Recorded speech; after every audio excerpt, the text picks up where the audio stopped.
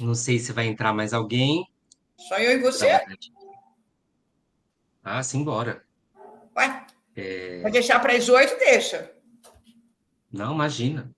Que não imagina. A história, a história é ter, pelo menos se tiver uma pessoa para conversar, a gente conversa. Então tá bom. Vamos voltar lá pro Damásio, Bora. de onde a gente parou, né? Ver se Emoções a gente consegue. secundárias, emoções primárias.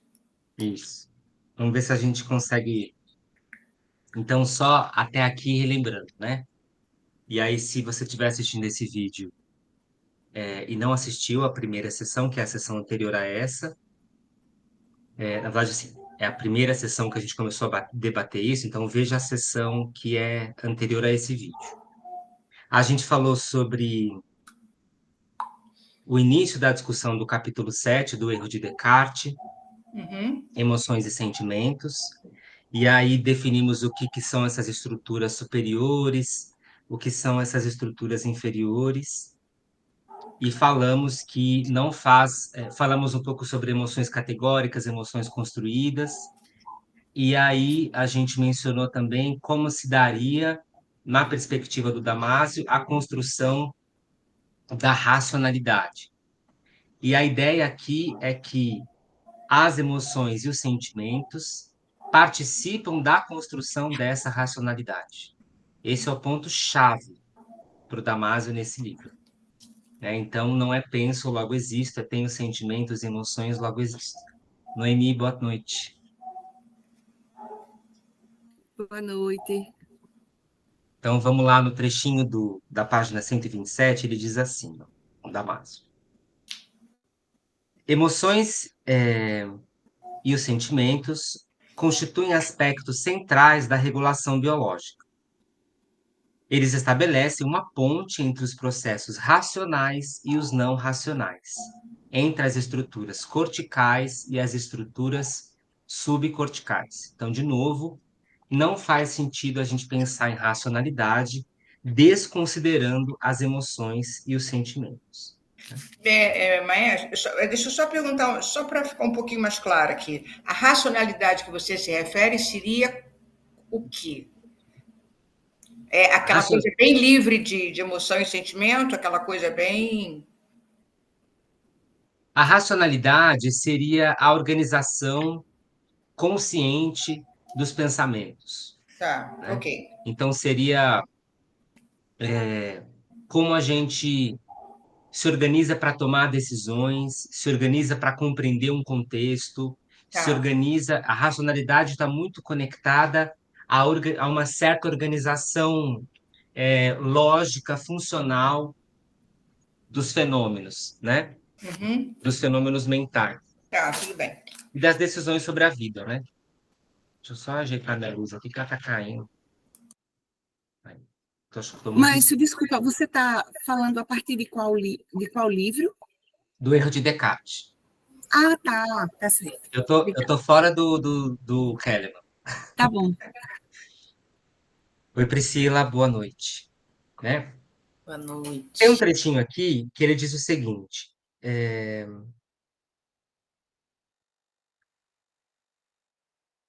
ele fala assim.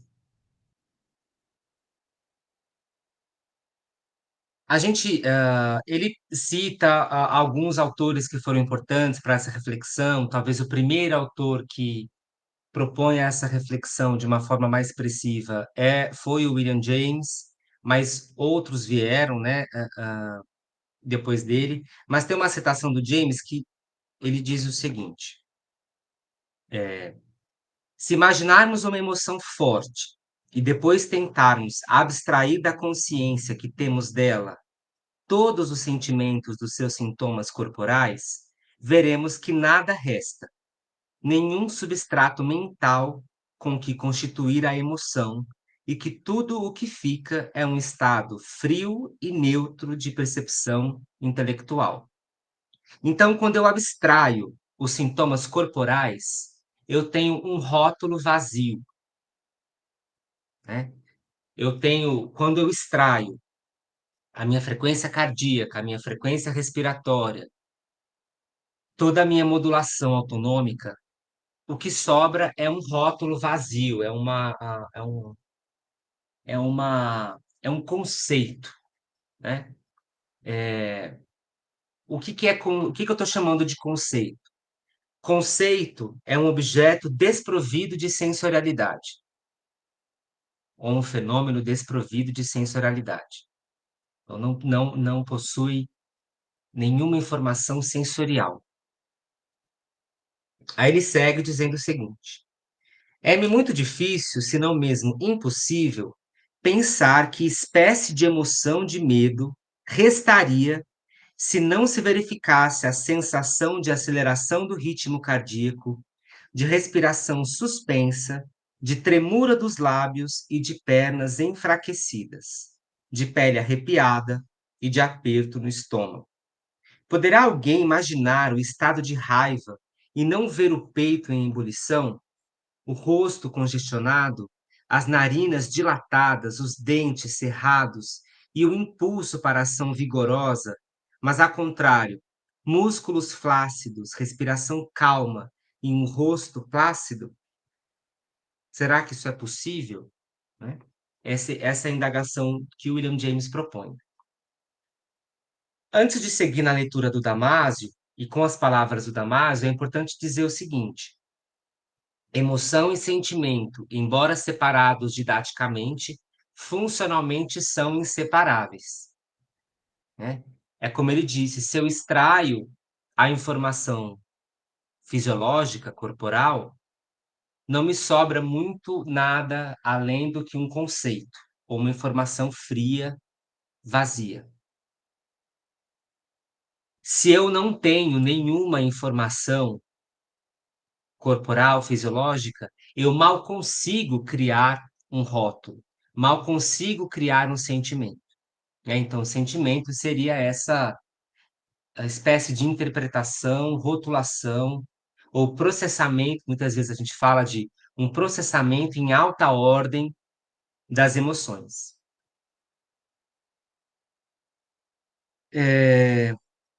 A ideia é que o sentimento ele cria uma correspondência para a excitação expressa pelo corpo, dada uma emoção. Então, o sentimento, ele cria uma correspondência a essa excitação. Então, excitação, para o Kellerman, é um tema central, né? A excitação, ou a modulação da excitação, ela vai dizer, ou ela vai encaminhar como essa pulsação acontece no corpo e como essa pulsação pode gerar formas específicas, né? O que que o sentimento faz? Ele cria uma correspondência a essa excitação. No caso aqui, a excitação é a expressão da emoção, né? A excitação pode ser outras coisas, mas nesse recorte aqui, a excitação é a expressão da emoção.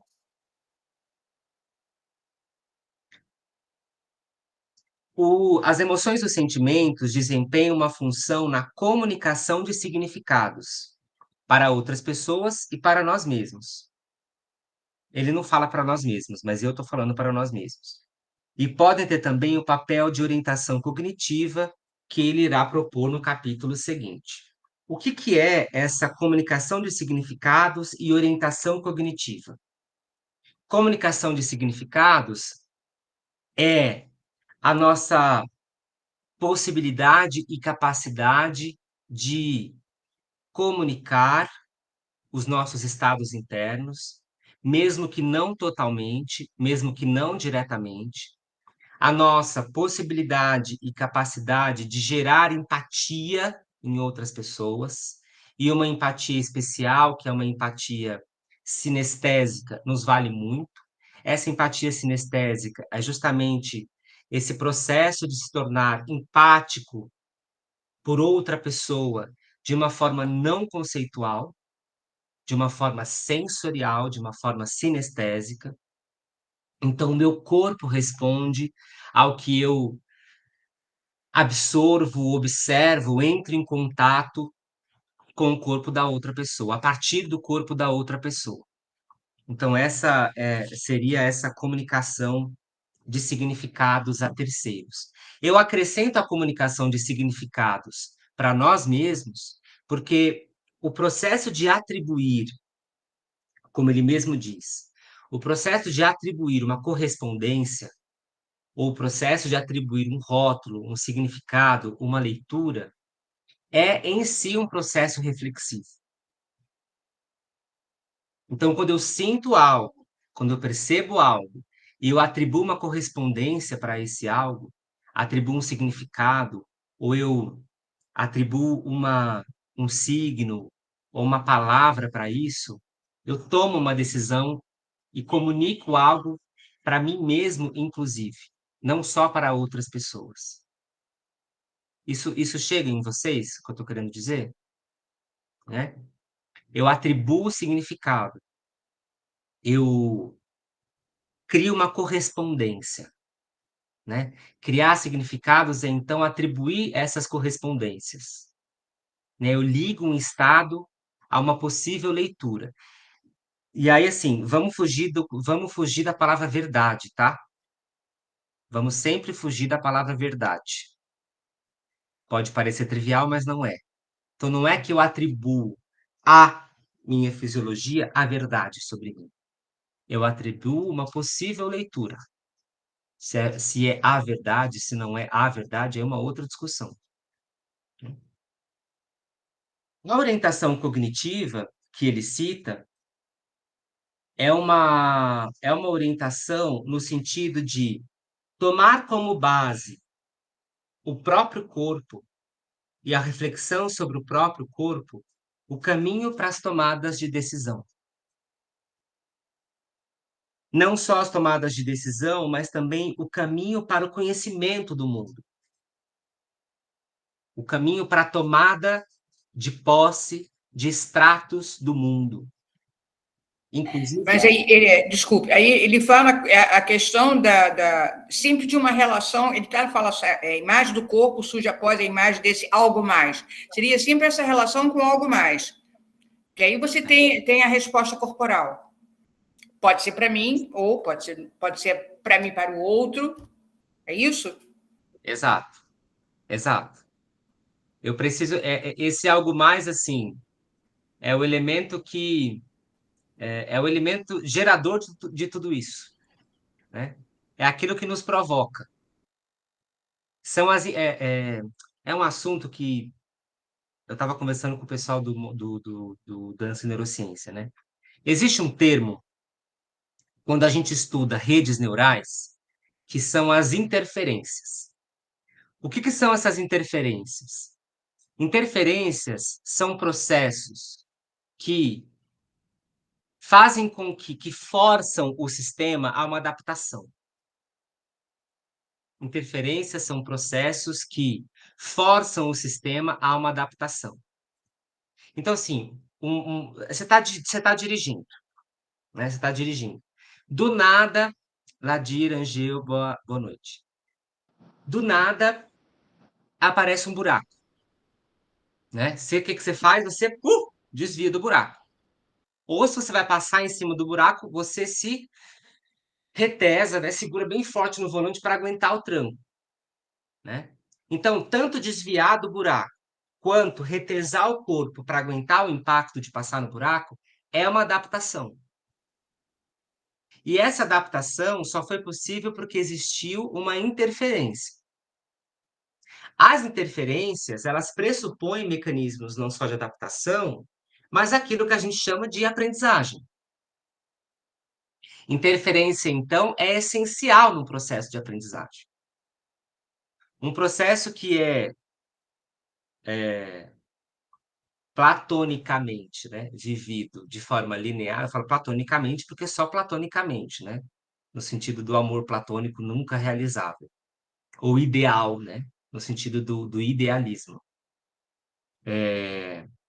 Esse processo de aprendizagem do movimento, ou mesmo os processos de aprendizagem próprios da vida, não necessariamente ligado ao movimento, mas a relações familiares e por aí vai, ele nunca é linear, ele é cheio de interferências. E essas interferências, elas pressupõem a adaptação. Então, esse algo mais também são as interferências, né? Também são todos esses cruzamentos que a gente sofre, e aí sofre no sentido de é atravessado por, né? Não no sentido de ter ou não sofrimento, mas as interferências que nos atravessam e que, nas palavras do Kellerman, vão nos formar, ou vão criar formas para dar conta desses atravessamentos, ou dessas interferências. E são as interferências que geram os caminhos das redes neurais, os caminhos específicos das redes neurais. São essas interferências. E essas interferências fazem com que a gente cole duas coisas aparentemente não sobrepostas, ou não grudáveis, não coláveis. Sabe quando a gente sente um cheiro e lembra de alguém? Ou quando, para lembrar se a palavra tem acento, você precisa escrever para ter certeza? Tem uma sobreposição aí entre a escrita e a ausência ou presença da acentuação.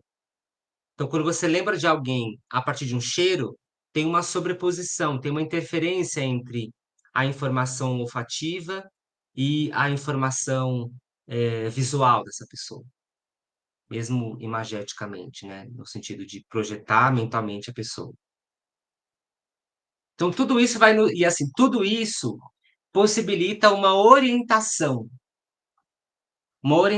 para tomar decisão, uma orientação para conhecer, uma orientação para aprender.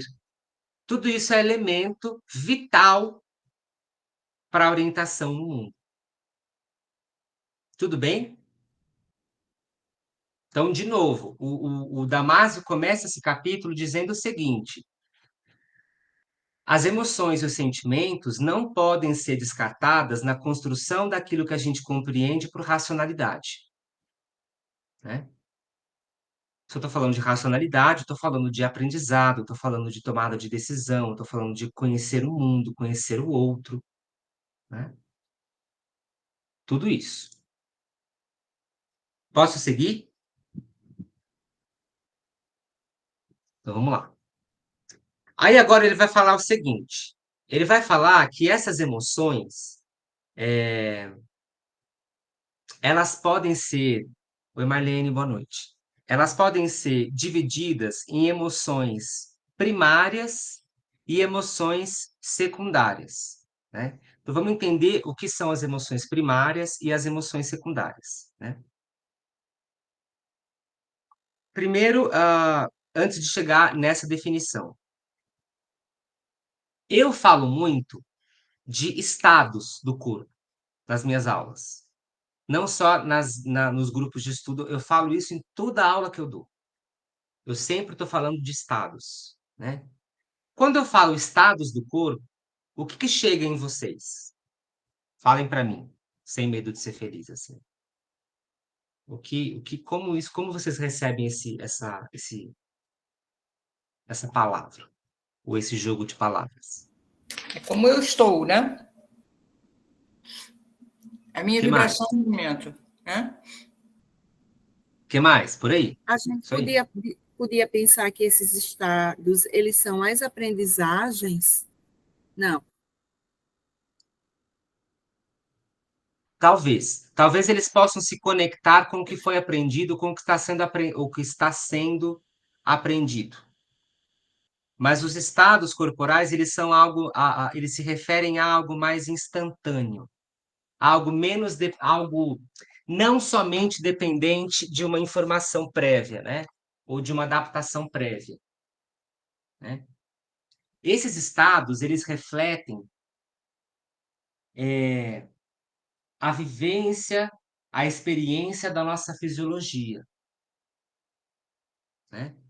A vivência, a experiência da nossa fisiologia, de como o nosso corpo está a cada instante no tempo, se organizando, se encontrando no ambiente.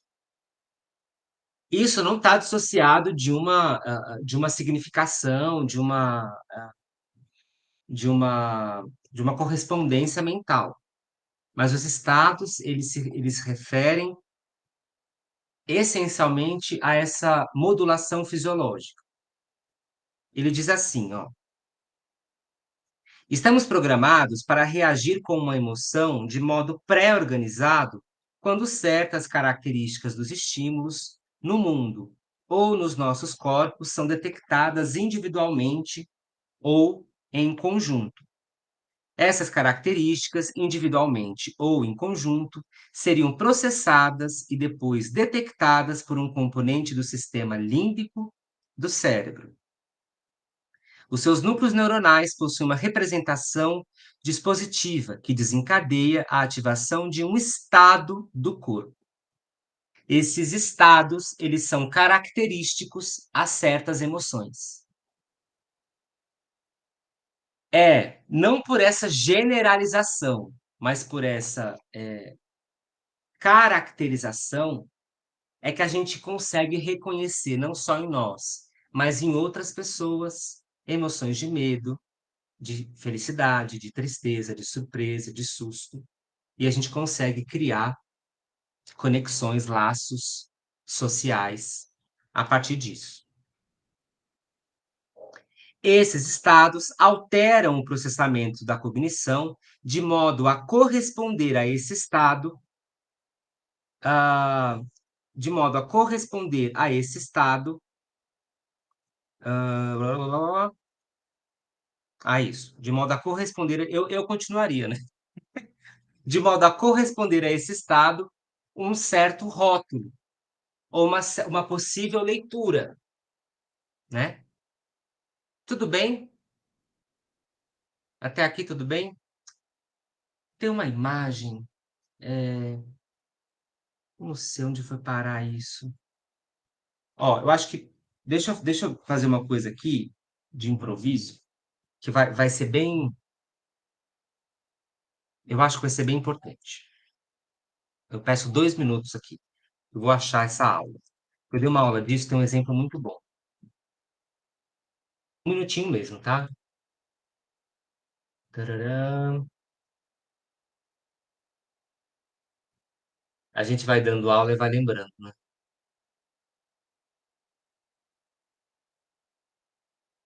Agora, saber qual foi a aula que eu dei, né? Também é importante. Tá, não foi essa. Se eu não achar, eu improviso aqui.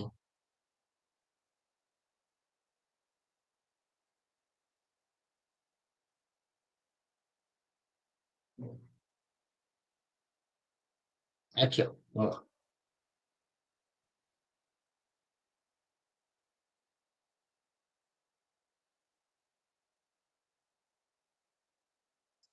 Que emoção essa pessoa está sentindo? Falem aí. Pode ser alegria, O que mais? pode ser dor, Pode ser raiva. Pode ser tudo, né? Pode. Pode ser muita coisa. Vocês conhecem essa pessoa? Tá. Agora eu vou passar. Isso aqui é só um recorte da imagem. E agora, que emoção essa pessoa está sentindo? Né? aí é Consegui. vitória. Felicidade, Vitória. né? Realização. É uma foto da Serena Williams quando ela provavelmente ganhou algum campeonato importante. Então, assim, primeira coisa, isso aqui, você lembra, Marta? Estava no módulo 2 você fez o módulo 2, não fez? Estava lá no módulo 2. Eu peguei da aula do módulo 2 o curso. A face, ela entrega somente parte da emoção, né? Da leitura da emoção. O restante é preenchido por outras partes do corpo e também pelo contexto. Também pelo contexto em que isso é demonstrado, né? Então, por que que eu estou falando isso? Porque à medida em que esse processamento ocorre, esse processamento ele também ocorre considerando a ambiência em que ele é vivido, né? A leitura que a gente faz dele. Então, falei dos estados.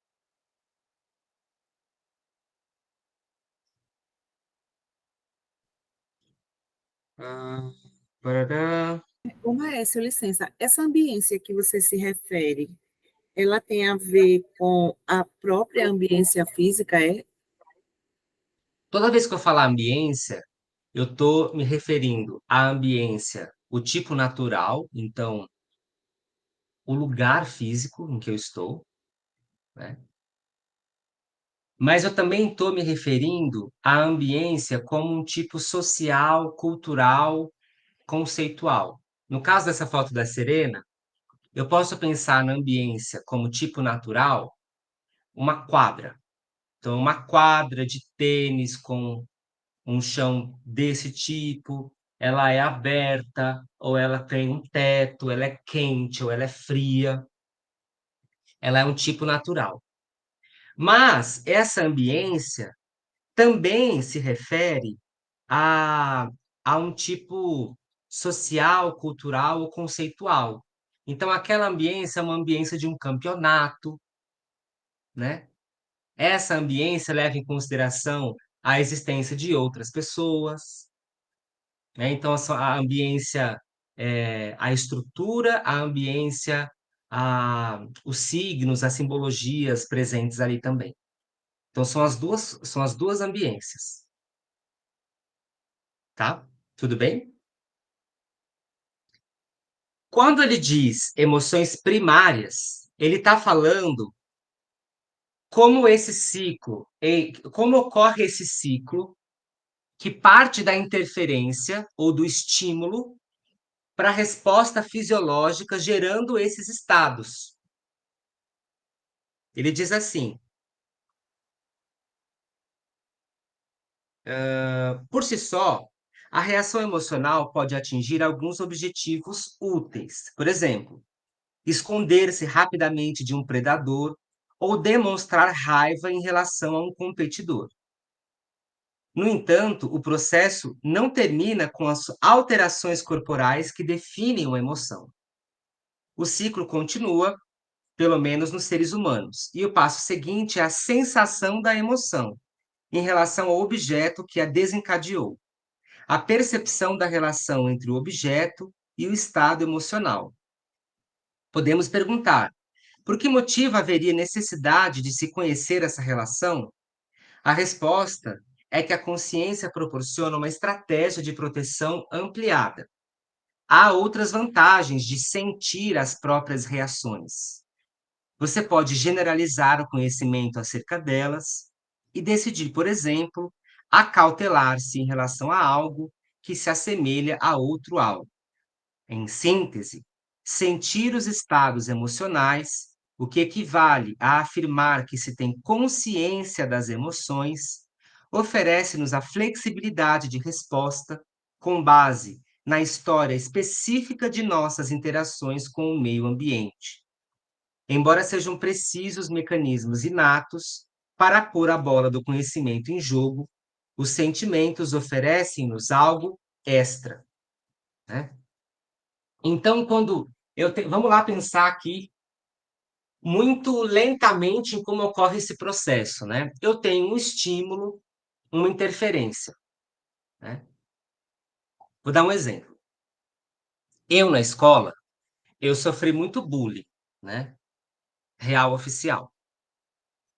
Mas naquela época, o bullying não tinha celular, né? Então, assim, acho que era mais tranquilo, né? Não sei. O que acontecia ali, morria ali, né? Hoje, com a internet, o negócio... E aí, o que acontece? Tinha um menino que ele fazia muito bullying comigo. E aí, toda vez que esse menino chegava perto de mim, o meu coração disparava. Só que aí, o que que acontecia às vezes? Às vezes eu fingia que não era comigo. Eu fingia que não era comigo. Aí, tipo, ele, sabe, ele estava vindo aqui e eu vim aqui, né? Aí ele começava a fazer bullying comigo. Aí eu comecei a fingir que não era comigo. Aí o que que eu percebi? Eu percebi que quando eu fingia que não era comigo, ele parava. Ele parava de fazer. Então, assim, inicialmente, o que que eu sentia? Eu sentia uma coisa assim, um incômodo. Tinha um incômodo no peito, assim, desse incômodo, eu vi, nossa, o que que é esse incômodo? Incômodo, sensação, né? Tinha um estado alterado no meu corpo. Aí é o menino que faz bullying comigo, né? Então, o que que eu fazia? Eu lia a sensação. Eu atribuía um sentido para ela, né? Eu colava um certo conhecimento sobre aquela sensação. Eu criava uma correspondência. Tudo bem?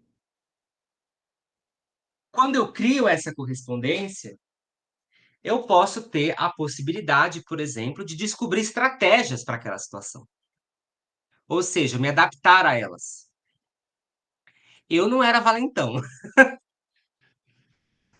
então eu não ia brigar com o menino, porque se eu fosse brigar, eu ia perder, eu ia apanhar, né?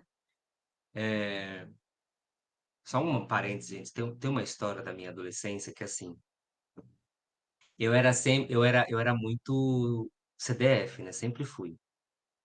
E eu ajudava muitas pessoas.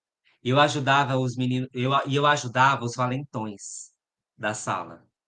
E eu ensinava eles, eu passava a resposta, eu colocava o nome deles no meu trabalho. Sabe os valentões? Eu fazia tudo isso. Mas assim, eles não me oprimiam para eu fazer. Eu fazia porque eu queria, eu gostava. Falava, vai, vem cá, eu te ensino. Eu achava legal. E era uma forma também, acho que de me proteger e tal. Então eu era amigo dos valentões. Então, eu sofria bullying, mas assim, muitas vezes os valentões falavam para não fazer bullying comigo. E aí aconteceu uma história assim que um menino ficou ciúme, sabe aquelas coisas da adolescência, o menino namorava a menina, ficou com ciúmes de mim. Aí o menino me chamou para um desafio, sabe aquelas coisas de filme, de desafio? E ele queria assim que a gente brigasse. Eu falei, meu Deus, eu vou brigar com esse menino como? Eu não vou brigar com esse menino. Aí juntou a escola, a gente, não, Maércio vai brigar. E assim, gente, imagina eu brigando na escola. Imagina eu brigando. Ou seja, eu apanhei loucamente desse menino, né? Apanhei assim, sabe, aquela surra de escola, assim, sabe? Levei um murrinho assim e foi isso. Acabou. No outro dia, eu tava morrendo de vergonha. E eu não fui para a escola, morrendo de vergonha, né? Mas não aconteceu nada, foi uma briguinha boba, briguinha boba. E aí, isso foi na quinta, na sexta-feira eu não fui, aí eu só voltei na segunda, né? E aí eu tô indo na segunda-feira pra escola, eu ia a pé pra escola. Aí eu encontro um rapaz na rua, fala, você que é o Maércio? Aí eu falei, sou? Por quê? Não, é, não sei quem te defendeu ontem, bateu no menino que te bateu. Aí o que que os valentões fizeram? Os valentões descobriram que eu tinha apanhado, se juntaram e aí bateram nesse menino, assim, fizeram a justiça com as próprias mãos. Por que que eu tô falando esse parênteses? Porque, assim, lembram que o, o, o Damásio, ele acabou de dizer que as emoções, a leitura dessas emoções possibilitam a orientação cognitiva. Eu não tinha uma energia de briga e eu não conseguia me defender no soco. E esses estados que eu sentia quando o menino fazia bullying comigo, eles me levaram a uma certa adaptação que primeiro eu fingia que não era comigo, e depois eu comecei a criar outros laços para me proteger indiretamente. Vocês estão percebendo? Que tudo isso parte de uma alteração do corpo. Não é, não é uma racionalização fria, é um mecanismo de sobrevivência. Tá chegando em vocês essa história, né? É um mecanismo de sobrevivência. Esses estados é, solicitam adaptações, mesmo que a gente não tome conta delas. Então, assim, depois disso, imagina, eu carregava os valentões nas costas, eles nem estudavam mais. Eles não queriam estudar mesmo. Então, eu usava a fome com a vontade de comer, sabe? Gente, um minuto que a minha campainha tá tocando, acho que é entrega. Um minutinho.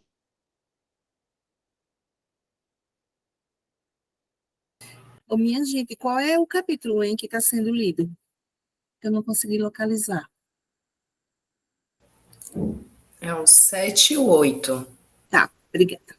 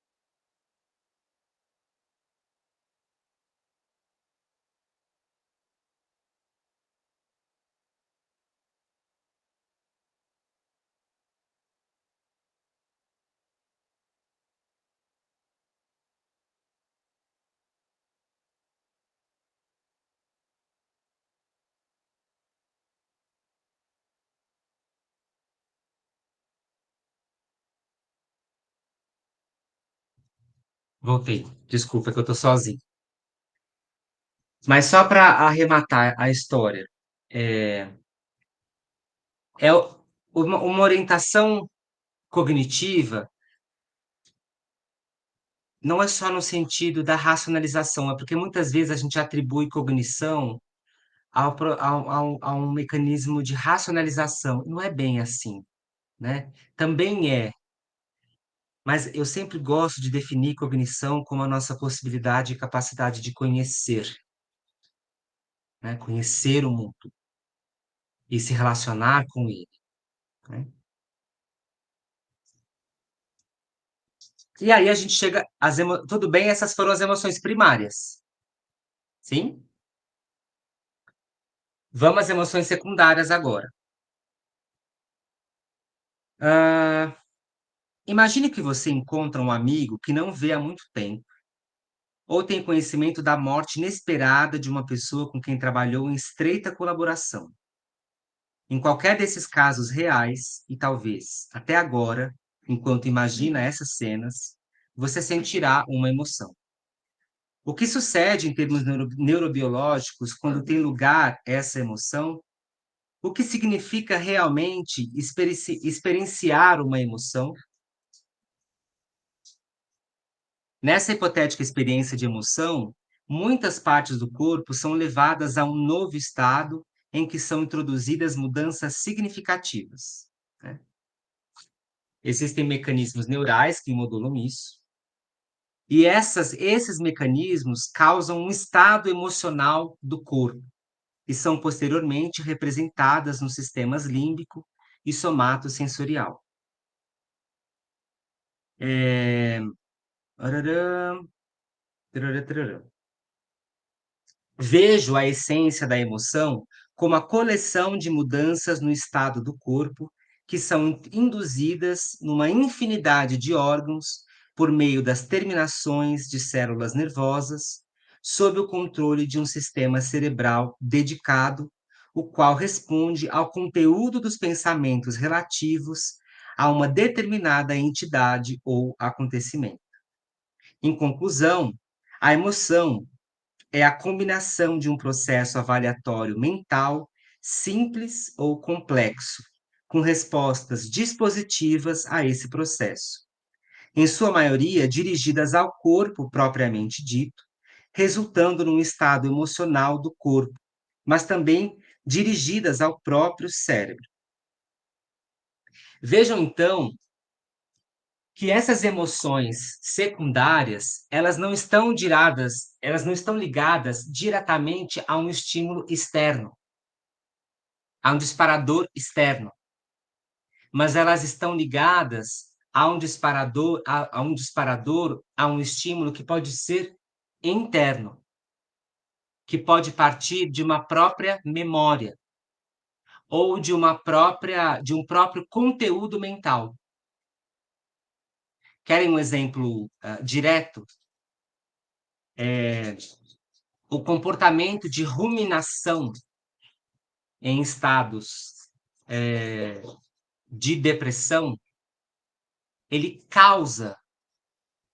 evoca uma emoção característica. Você não tem um estímulo externo vindo, mas a ruminação de pensamentos altera o estado do corpo. Consegue me acompanhar?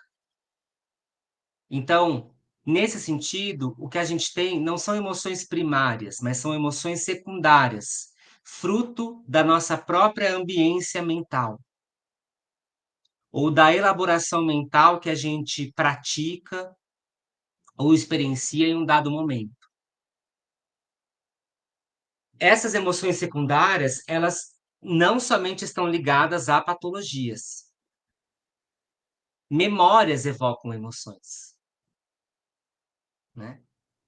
Então, você está lá e você começa a pensar numa situação que foi vivida, ou em uma pessoa, ou em uma época. E é quando você vê o seu corpo está alterado, né? Ou quando você acabou de conhecer uma pessoa, vocês se despediram, cada um mora na sua casa. Vocês se despediram, aí você chega, sabe aquela cena de novela? Você chega em casa, deita na cama, a câmera foca no seu olho, você fecha os olhos e vê a imagem da pessoa, e o cheiro dela, e o toque dos lábios dela, e aí o seu corpo inteiro responde. Isso é uma emoção secundária, né? Ela não é fruto de um estímulo externo. É claro que ela dependeu de um estímulo externo nesse caso, sim, né? Mas ela existe, a experiência da pessoa, não inteiramente, existe mesmo sem a pessoa. Tudo bem? Vocês ficam confortáveis com essa diferenciação entre emoção primária e emoção secundária? Beleza. Antes de passar a palavra para vocês, eu queria só fazer uma ponte com Kellen, né? É necessário que a gente leia essa obra entendendo o impacto que as emoções esses estados e essa excitação provocam nas formas e provocam na maneira como a gente se ajusta às interferências externas, como a gente se adapta às interferências externas para seguir a vida em diante. Como essas interferências e essas emoções vividas refletem um processo de adaptação e refletem um processo de orientação, inclusive uma orientação do próprio caráter, uma orientação da própria maneira em que as relações são construídas, moduladas, filtradas. Portanto, uma anatomia emocional é essa anatomia que reflete as emoções vividas. Mais do que isso, a anatomia emocional é uma anatomia que se adaptou ao que foi vivido emocionalmente. É uma anatomia que se orientou a partir desses estímulos, externos e internos, primárias e secundárias às emoções. E que eu estou constantemente dando conta. A cada instante no tempo, a gente está dando conta de estar vivo. E não é uma coisa assim, estou dando conta. Não é, tá dando conta no sentido, você está dando conta mesmo, entendeu? Das valências mais positivas às valências mais negativas. A gente está se adaptando constantemente a várias interferências, né? Eu tive uma interferência agora, né? O entregador veio. Eu estou sozinho. Eu tive que sair. E aí, por exemplo, eu sou uma pessoa que eu sou muito assim, eu sou metódico. Então, assim, eu tento começar no horário, não posso deixar as pessoas esperando, né? Então, assim, eu saio, isso já modifica o meu corpo, né? Fala, não, não posso deixar, as pessoas estão lá, elas separaram o tempo para estar lá, não posso deixá-las esperando. Isso já me deixa. Aí eu tenho que voltar, respirar. Ok, vamos continuar? Quando a gente parou, né? Então, assim, eu preciso estar atento a esse estado, né? Aí, antes de dormir, eu tenho que fazer o quê? Eu tenho que, né? Vamos entender, assim, como que é, né? Não tá muita coisa não tá na sua mão, como é que você sabia que ia entregar agora, né? Aí eu dou conta disso. Isso sou eu. Cada pessoa tem as suas variáveis para dar conta. Mas o investimento desses dois encontros e do próximo no livro do Damásio é porque ele, ao meu ver, ele é complementar a essa obra do Keller.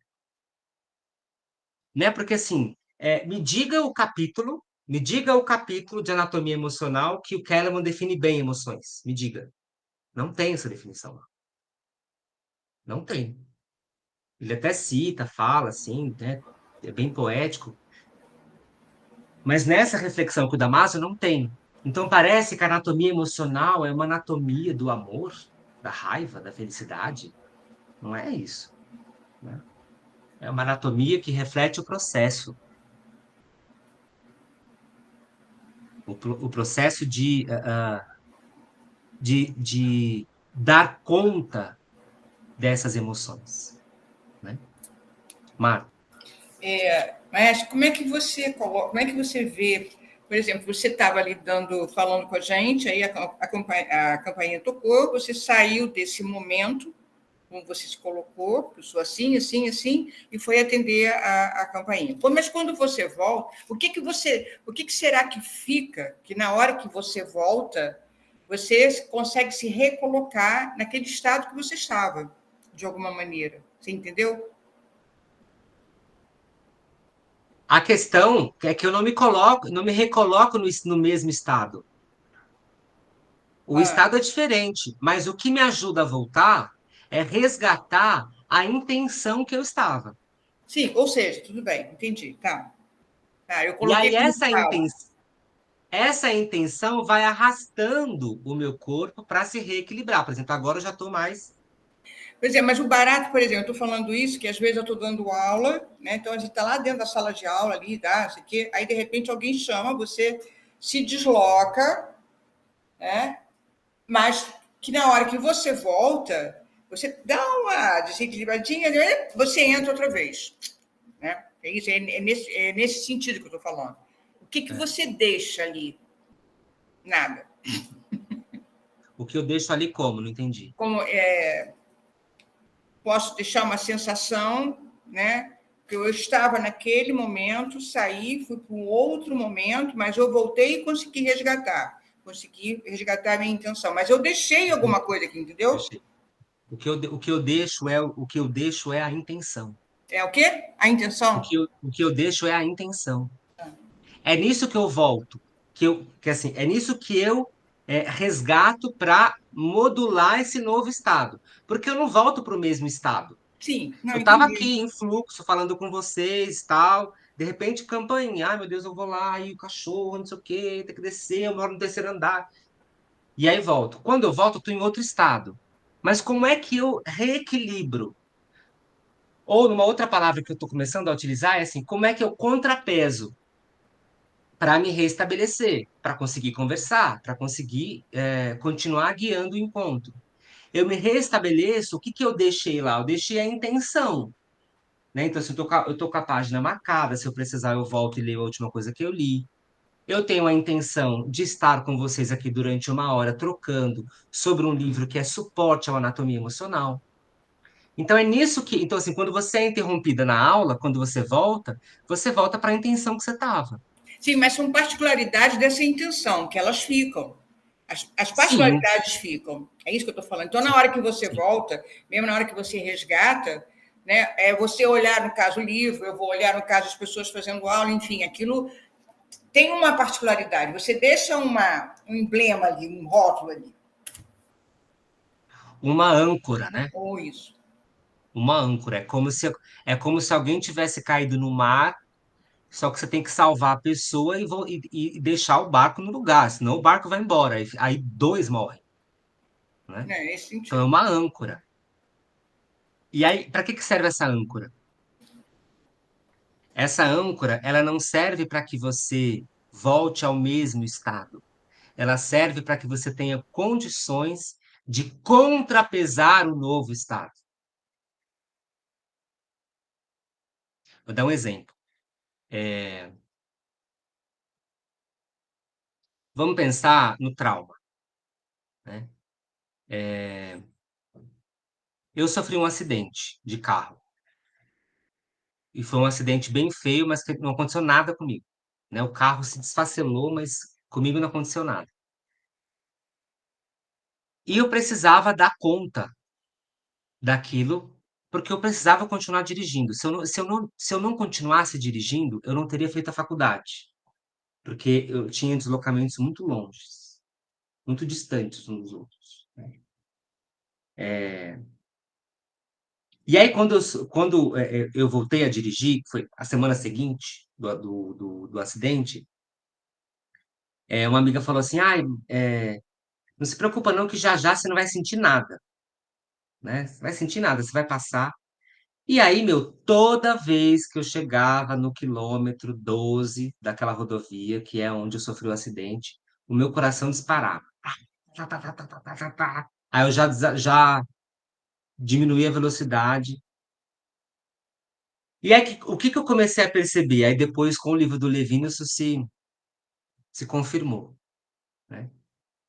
Que eu ia continuar sentindo aquilo por um tempo. Até hoje, quando eu passo, eu ainda sinto um pouquinho. Então, eu não ia passar ali como se nada tivesse acontecido, porque aconteceu algo ali. Então, essa resposta fisiológica, essa emoção, eu viveria por um tempo. Mas qual seria a âncora para dar conta dela, né? Qual seria a intenção para dar conta daquela emoção?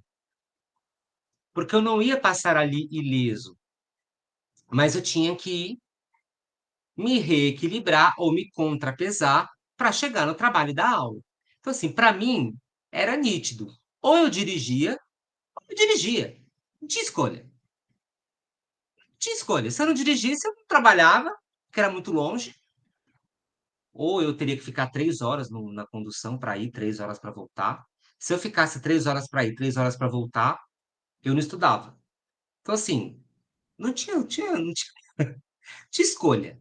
Ou se dirige ou se dirige, filho. Então,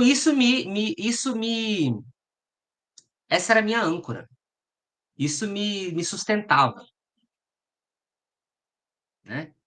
Então, assim, Maércio, seu foco é estudar. Você precisa de trabalhar. Então, assim, vai dirigir. Então, assim, o coração tá. E aí ele começou a menos. Mas até hoje, eu e o Renato, a gente casou em Paraty, né? E eu amo Paraty. A gente vai para Paraty pelo menos umas 2, 3 vezes por ano. E toda vez que a gente vai para Paraty, a gente passa lá por onde eu sofri o acidente. Até hoje eu passo lá, vi um negocinho, né? Só que aí contrapesa mais rápido. E esse é o encaminhamento do trauma que o Levine propõe no Despertar do Tigre. Você não deixa para lá. Você aprende a contrapesar. Fica nítido para vocês essa ideia do contrapeso, né? Hum. Então, assim, tem uma força acontecendo para o reequilíbrio. Tem uma intenção acontecendo. A coisa não acontece assim do nada. Ah, é o erro é o mal entendido da auto-organização. A auto-organização não existe sem intenção, né? Precisa intenção para organização, né? Compreender pelo menos qual é o estímulo nocivo ali. Eu comprei um relógio, né? Semana passada. Faz 10 dias, na verdade. Aí hoje eu durmo com o relógio para monitorar meu sono. Aí hoje eu fui tirar o relógio para limpar, e aí eu vi que eu tô com uma dermatite. Dá para ver aqui, ó. Com uma dermatite de contato. Aí liguei no suporte do relógio, porque eu falei, meu, e aí agora? Vou ficar com alergia? Vocês estão vendendo um negócio que dá alergia? E aí o cara do saque perguntou assim, mas você já passou algum remédio? Eu falei, não, primeiro eu vou tirar o relógio, né?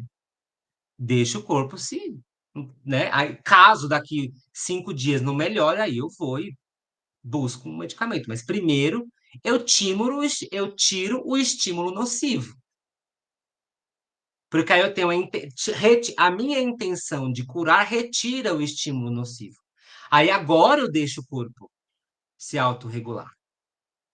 É diferente de eu deixar o corpo se autorregular lá com o relógio aqui. Daqui a pouco está em carne viva, entende? Então, a autorregulação é dependente de intenção. Não é só ficar lá. Ah, daqui a pouco o organismo se adapta. Hello, sabe? Sabe, good vibes only. A vida color arco-íris. Não, né? Trabalho, intenção. Tudo bem? Cheguei em vocês aí, me conectei. Sim, totalmente. Então, semana que vem a gente vai falar de intenção, intuição e marcadores somáticos, que é um assunto assim que rufem os tambores. Eu gosto muito de falar de intuição, porque eu acho que assim, intuição tem um atributo fisiológico, não é uma coisa da terceira dimensão, da quinta, sei lá, da de Júpiter, de Marte, e é para lá que eu vou, sabe? É muito legal essa discussão sobre intuição, porque tem aí um saber da fisiologia. Aguardem o próximo capítulo, tá bom? Então, obrigado. Até logo mais. Eu ia falar até Obrigada. jamais. Tá, boa noite. Pessoal, Tchau. mais. Boa noite. Vamos jantar, nos vemos às 8.